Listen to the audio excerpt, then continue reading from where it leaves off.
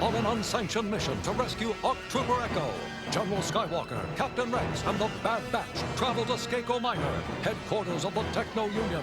After a harrowing encounter with the natives, our heroes infiltrate the city of Burkle, only to find themselves surrounded by Wat Tambor's forces.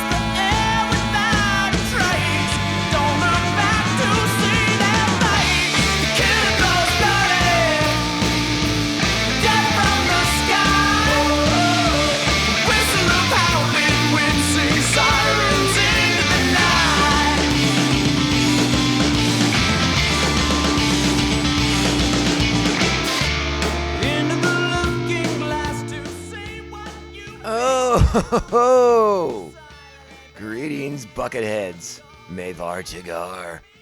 Welcome to our 237th Techno Union Bussin' episode of Mandivision.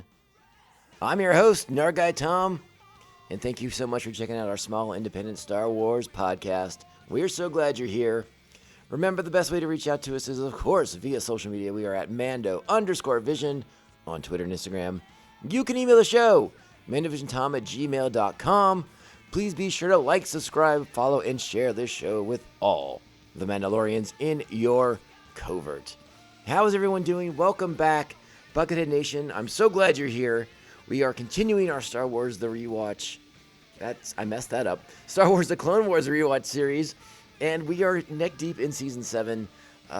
Basically the final last gasp of Star Wars The Clone Wars. And we're in that first arc that introduces us to the Bad Batch, which is very, very important and very, very cool because in just a couple of weeks, we will be watching the third and final season of Star Wars The Bad Batch. And as I've talked about before, it's kind of fun to go back to this first appearance of the Batch and see sort of how they've were changed and grown heading into their own series. I think last week I talked a lot about like how some of the voice work became a little bit more refined and the voices a little bit more distinguished from the traditional clones, the regs as they are called in this episode. And again, I just think it's really neat to kind of see that evolution and progress.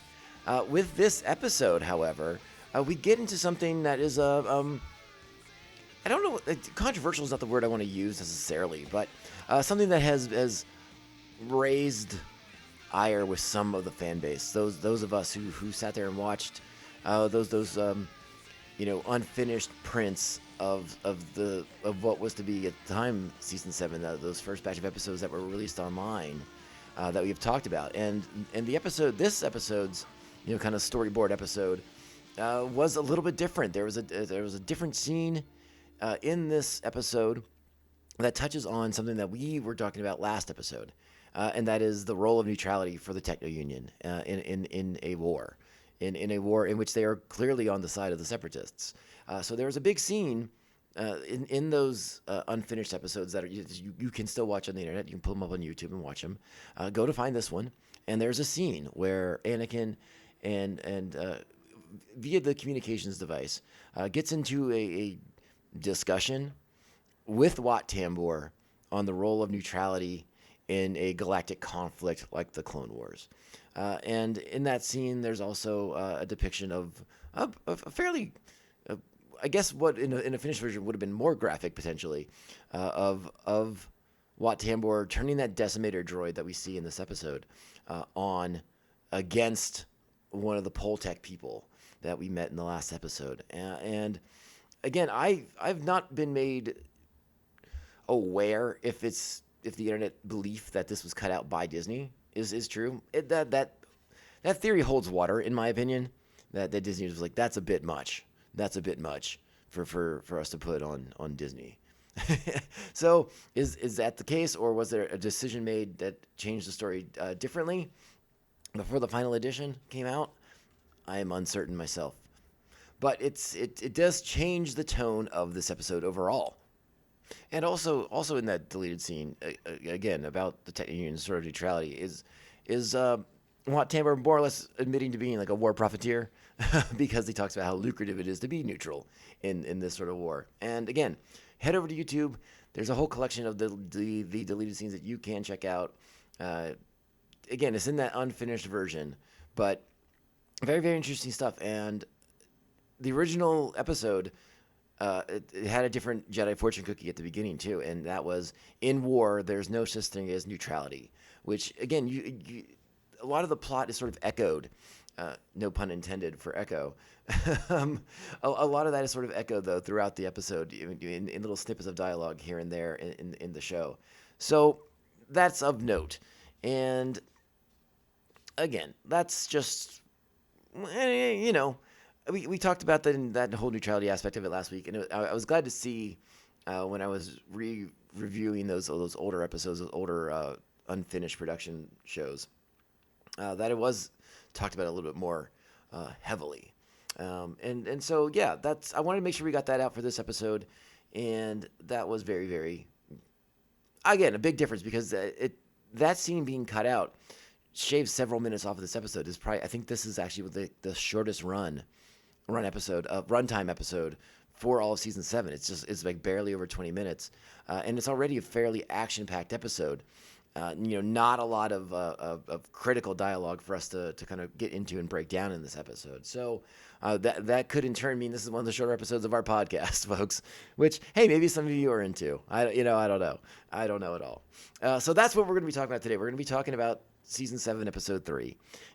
So that's out there. There is a little bit of Star Wars news I wanted to address before we get into the episode proper. That is, again, Dune 2 is coming out.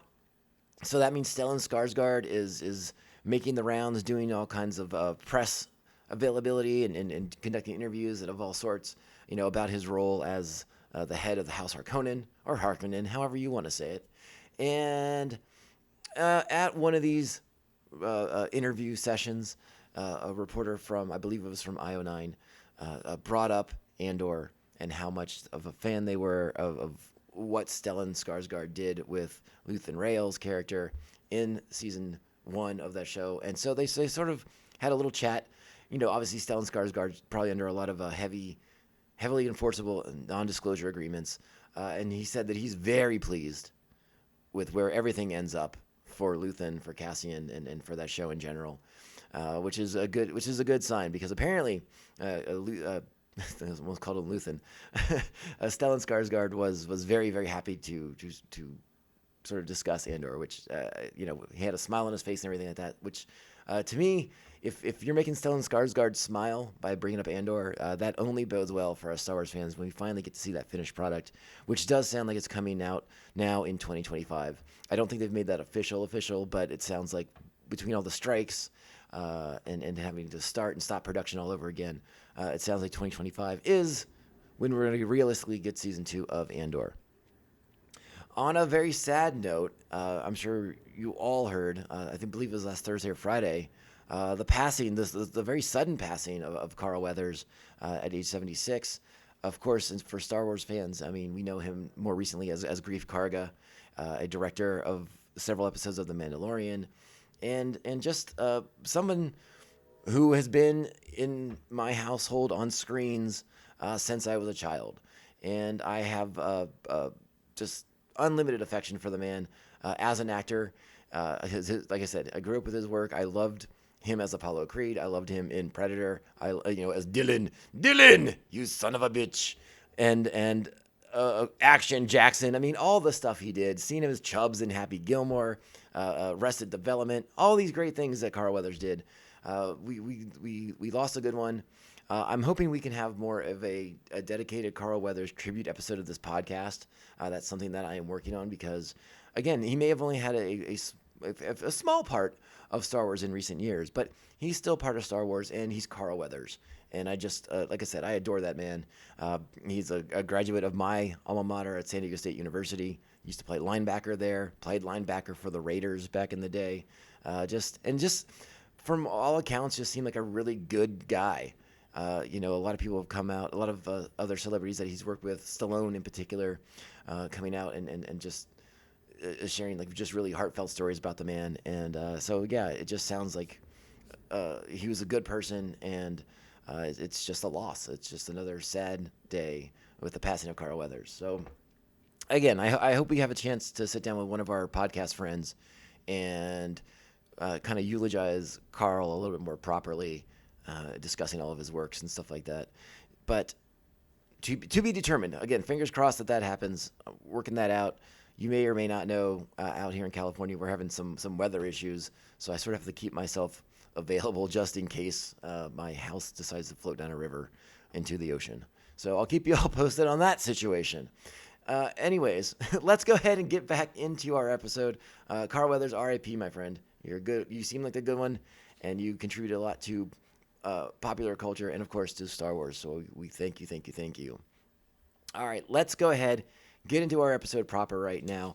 This is Star Wars: The Clone Wars, Season 7, Episode 3, On the Wings of Keeradaks, from March 6th, 2020. Now, that title may ring some bells, right? Like, that sounds familiar. On the wings of blank, right? Like, I might know something about that. Well, maybe you do, because there was a book, and I'm pretty sure it was turned into a movie at some point down the road, called On the Wings of Eagles, written by Ken Follett, and it's based on a true story. And so it got a little of attention back in the day. It is a story about U.S. soldiers, 2 U.S. soldiers in particular, who were held behind enemy lines, basically, and the rescue attempt to get them back. So, again, this time I do intend the pun. That story echoes what we're going to be seeing in this arc of Star Wars: The Clone Wars, with the rescue of Echo. So I think the title, On the Wings of Keeradaks, is a nice little wink and a nod to that story and that book by Ken Follett. This episode is written by Matt Mishovitz and Brent V. Friedman once again, directed by Bosco N.G. Oh, yeah, and I forgot, our original air date for this episode, very interesting, March 6th, 2020, which I think, again, 2020, what a year. We just get closer and closer to like when that pandemic fully kicked off. But I think by March 6th, we'd all begun hearing about the coronavirus, so that was fun. Our cast for this week, let's go to something more positive. Let's get back to the show, all right? Our cast for this week, we got the usual suspects. Matt Lanter is Anakin Skywalker. Matthew Wood is the Battle Droids, the D-Wing Droid, and Wat Tambor. D. Bradley Baker is the Clone Troopers. Tom Kane is our narrator. And David Accord is the Poltekian leader and the Skakoan scientist. Our plot for this episode. Oh, gosh. Sorry, I got a little verklempt there for a moment. With Echo recovered, Rex, the Bad Batch, and Anakin look to fight their way out of a separatist base. And our Jedi fortune cookie. Again, changed from what it originally was in those working episodes, in those raw, unfinished episodes. Survival is one step on the path to living. So yeah, deleting that decimator scene with Wat Tambor required a lot more changing for this episode. Some tweaks to be made as we shifted our main kind of theme on neutrality to just the idea that Echo's alive and now he has to get his life back, basically. So let's go ahead. Let's get into the episode. Like I said, it's an action-packed episode, so I don't think we're going to have too many audio cues in this one. But it's a fun one. It doesn't mean it's not a fun episode. The action's really great, and there's some good stuff. So let's go ahead and get into it. You know what that means, Buckethead Nation. It's time. Strap on your buckets. Let's go. Situation's almost under control out there. How's it going in here? I'm still trying to decrypt Echo's cerebral interface. Until I do, we cannot disconnect him from this computer system. How is he, Rex? He's too weak to walk. Very disoriented. Doesn't even remember how he got here. He remembers being at the Citadel, but that's about it. Any word on the extraction squad? We called it in, but no word back. That's no surprise. We knew when we got into this we'd be on our own. So our heroes find themselves trapped in Perkle City. The forces of the Techno Union are closing in fast. They're still trying to get Echo disconnected from that giant mechanism, that iron lung looking thing that he's trapped in. They're trying to get him disconnected from being Locutus of Borg. And again, the enemy forces are closing in. A lot of cool action. The Bad Batch kind of getting their chance to show off how awesome they are as like a one-team wrecking crew against battle droids. Those new D1 battle droids that we talked about last episode. We get to see more of their skills in this week's installment. And again, it's just really action-driven. The sort of like last stand that they're making, holding off the forces of Wat Tambors, and trying to escape this base with their friend recovered. So let's go ahead and play the audio from when they do get Echo disconnected. And we start to learn that, the Techno Union and the Separatists were using Echo for his brain, but he maybe picked up a few things from them as well during the process.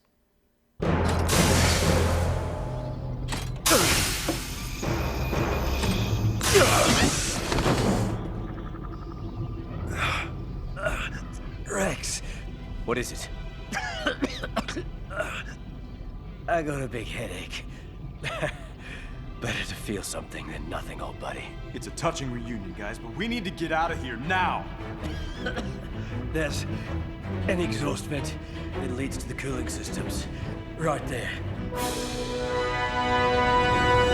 All right, so now our heroes have their escape plan, and we're going to find out that again, Echo's learned a few things about Perkle City, the Separatists, the Techno Union, all these things, like it was a two-way street. It wasn't just like one way. They were getting information out of Echo's brain. He's getting stuff too. So he has an idea of how to get out of there. So what's going to happen in the scene next is we are going to be introduced to a new weapon of the Techno Union, the Decimator, that's going to go in there, and its plan is to basically incinerate organic matter. And it's a cool scene where they ratchet up the tension here. The Batch have like welded some of the doors in this chamber shut to keep those forces at bay. And we watch the Techno Union droid, the Decimator, cut its way through one door, then another door, as it gets ever closer, and us getting to learn exactly what it is this new weapon's going to do. And we get another cool moment here where Wrecker gets to show off his strength, because as they get that exhaust port open, Wrecker starts throwing the team members up into the air so that they can make it into that chamber, because it's high off the ground. And I did like the moment when Anakin's like, "Yeah, I got this, bro. I got the Force," and then Anakin having to use the Force to pull Wrecker up into that chamber. And it's from there that we learn a little bit more about Echo's time in that machine. That's not necessarily correct terminology, but we learn that about sort of like that he was able to access their info as well. And I should mention, just before Anakin pulls Wrecker up, he's placing explosives all around to destroy this technology that the Techno Union is using, and apparently selling the information to the Separatists for their profit margins. So we're going to go ahead and play that clip of Wat Tambor being very irate, and then it's going to lead right into what we talked about a moment ago with Echo talking about how did he know all this stuff's up here. So let's go ahead and play those two clips back to back here.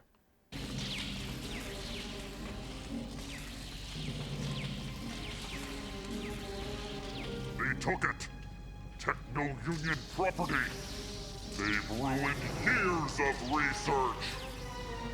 Find them. This ventilation corridor acts as a cooling system for all the computers in the facility. How did you know it was up here, Echo? Well, they got access to my memory, but I got access to the Techno Union database. All their plans, inventory, building schematics, everything. You mean you can find us a safe way out of here? Well, there is a way, but you're not gonna like it. And they do find a way, and no, they don't like it, because it requires going across this giant metal pipe from one side of Perkle City to the other. But of course, as soon as they get to the middle of this beam slash pipe across this giant chasm of death. Of course, the door opens and the D1 droids are there waiting for them, beginning to file into the bridge themselves. Anakin's like, hey, wait, let's turn around and go back. Well, who do you think's behind them? More D1 droids behind them. So they find themselves in a bit of a pickle. But luckily, Tech is there. And he made a recording when they were with the Poltech of how they sort of summoned the Keeradaks. And that's what Echo's going to do. He's going to replicate that sound, the sound of a Keeradak in distress. And so it'll summon them, and that's how they're going to get out of there. And that's what they do. They jump on the back of these Keeradaks and fly away on the wings of Keeradaks, like the title of the episode says. But that's where we find out that these D1 battle droids have a new skill set that we did not encounter previously, that we did speculate last week because we talked about their specs. These droids fly, and so they take to the air, and in pursuit of our heroes who do their best, but they're on these Keeradaks, and they may be going where they want to go, but they don't really know how to control the Keeradaks. You're not going to get into aerial combat with these Keeradaks. You can't really fly. So basically, the B1s are going to follow them back to the Poltech village because Anakin and the Bad Batch and Rex and Echo have nowhere else to go. So they are kind of breaking their promise in a sense by bringing the war to the Poltech people. But in another sort of big nod to the original theme of this episode about neutrality, Rex is going to have a few things to say about that. I want to go ahead and play that clip because it's sort of like the emotional core of this episode. So let's go ahead and cue that up. All right, so one battle droid has escaped and is going to go back and report their location. And Anakin says, that's not good. And that's when the Poltech leader gets really upset that this whole war has now come to their village. So let's go ahead and play this clip because this is where Rex shines for this episode. If I know Tambor, he'll come after us. Us and the Poltechs with everything he's got. What's he saying, Tech? He says that we have broken our word. We have brought the war to his village. You're right. Tell him he's right, Tech. Tell him we didn't plan to drag his people into war. But look what the Separatists did to one of our people. They took away his freedom, his humanity. They tried to turn him into a machine. The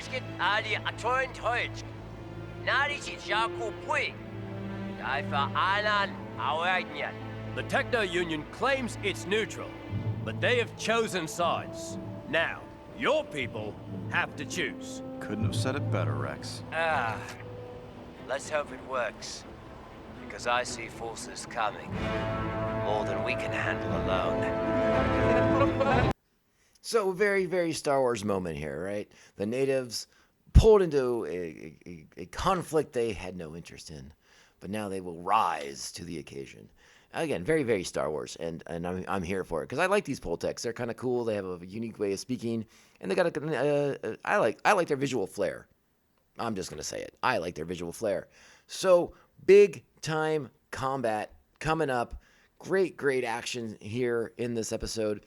Again, as they're attempting to liberate their comrade Echo here, because the Tech Union's coming after him. They look at him as nothing more than property. Their property now, and again, we can talk about this ad nauseum. I probably have worn some of you out with it because look at this. Like, the clones can't get away from it no matter what side they land on, whether it's with the Republic, if it's with the Techno-Union and the Separatists. They are just viewed as property. It is wrong. It is wrong.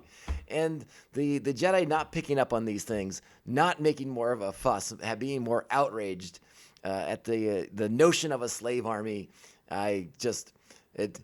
Their downfall was well deserved. Okay, they weren't innocent victims in all this. they employed a slave army, but that sentiment of the clones as nothing more than property, viewed that way by the galaxy at large. One of those things I wish they had spent more time with in this series, kind of getting into that. They do a great job with it in a lot of the old Extended Universe novels, and I've talked about those fondly, but maybe some of you don't care. But again, I refer once again to the Karen Travis Republic Commando books because they really hammer this point home, not in a hit you over the head kind of way, but just like a very good reminder of the ethics involved in the creation of a clone army. So again, I just like that no matter where the clones go, they're always viewed as someone's property, someone's proprietary technology, whether it's the Republic, the Techno-Union, the Separatists, the Kaminoans. They're not viewed as people. And it's wrong. And I'm outraged. All right. But let's go ahead. We're going to kind of wrap the episode up because, again, it's another big action piece here as the Bad Batch, Anakin, Rex, Echo, and the Poltex fend off Wat Tambor and the forces of the Techno-Union as they attempt to reclaim Echo for their own nefarious purposes. All right, so after the battle is over and we get to see Anakin do some really cool Jedi things, again, sort of the action in this episode is great. Again, showing off the Bad Batch, but also showing off Anakin and where he is with the Force, because he does some really cool Jedi Force maneuvering here in the battle with those giant tank droids, which I believe they called walkers. I can't quite recall, but a great action sequence. I highly recommend it. But let's go ahead and hear Wat Tambor after this battle is over and how he is processing it. Sir, the attack force has failed. The loss of the clone is a devastating blow to the Techno-Union's profit margin. Should we inform the Separatists of our loss? All in good time. We must find a way to recoup on our investment. And there's your big setup for next week's episode of the show. And now it's time to close it out with our heroes. And again, sort of queuing up more to come. We know this arc isn't over yet. Just because they're leaving Skako Minor with Echo in tow doesn't mean that it's all good in the hood. Rex, thanks for coming after me. That's what brothers do. I'm just sorry it took so long. Hopefully it's gonna be just like old times.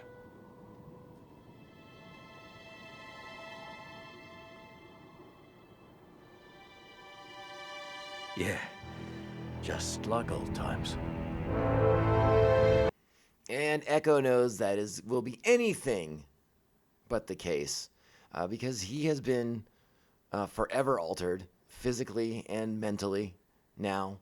And we get to go through a little bit of that. We get a little taste of that in our next installment of this. You know, the notion that Rex has that, you know, oh, well, yeah, we're just going to go back to business. He's just going to be ARC Trooper Echo, and that he's not been forever altered, scarred by his time as a prisoner of war, as a piece of technology for the Techno-Union.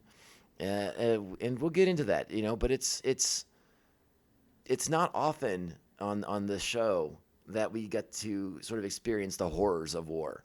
You know, in a very surface level, we have in previous episodes over the course of the 7 seasons. But this is a very personal case because Echo is a clone that we spent a lot of time with. We got to see his progression from just being a regular old CT to an ARC Trooper.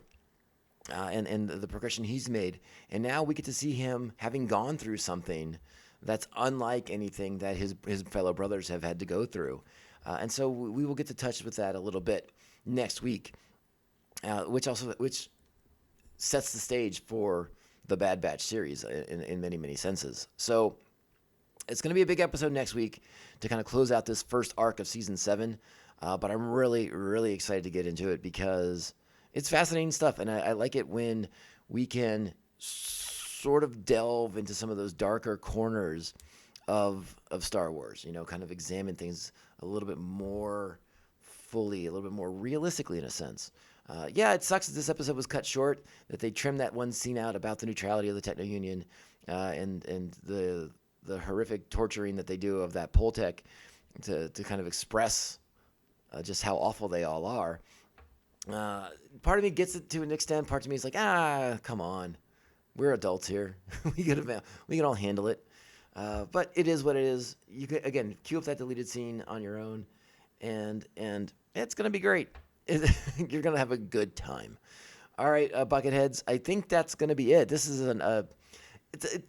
it's again, it's a very action-oriented episode. It's 8 buckets on this one, because a lot of it is setting up next week. But I really enjoy getting into the neutrality of the Techno Union. Just the idea of these neutral corporations that are clearly on the side of the separatists. You know, if you're a longtime listener to this podcast, you know that's been a pet peeve of mine, like not getting into why the banking clans are doing these things and blah, blah, blah, blah, blah. And again, we addressed that a little bit in Season 6 with the banking clan. So nice to kind of get some of those answers to an extent. Otherwise, it's going to be business as usual. Next week for the show, we will wrap up this arc of Star Wars, The Clone Wars, for Season 7, this opening arc with the Bad Batch. And again, I do hope that between now and then we will get a nice little mini tribute to Carl Weathers on the record. That'd be a lot of fun. Hopefully I'll get that locked down and known soon. All right, my friends? Okay, Buckethead Nation, I thank you once again for supporting this small independent Star Wars podcast. You are all the best, and I wouldn't do the show if you weren't here. Reach out to us on social media. We're at Mando_Vision on Twitter and Instagram. Email the show, mandovisiontom@gmail.com. Make sure to like, subscribe, follow, and share this show with all the Mandalorians in your covert. If your podcasting platform allows it, please give us those sweet, sweet, sweet 5-star reviews. They help us stand out and not get lost into the algorithm. We really, really depend on those. Thank you so, so much. If you've done them in the past, thank you. If you're planning on doing it in the future, thank you in advance. All right, Bucketheads, I think that's everything. Remember, this podcast can only end one way. This is the way. Ah! Mando! They all hate you, Mando. Mando. Only you, Mando. Welcome back, Mando. Mando. Sorry for the remote rendezvous, Mando. What about you, Mando? Mando. Things got really heated once Mando crashed the safe house. That was impressive, Mando. Very impressive.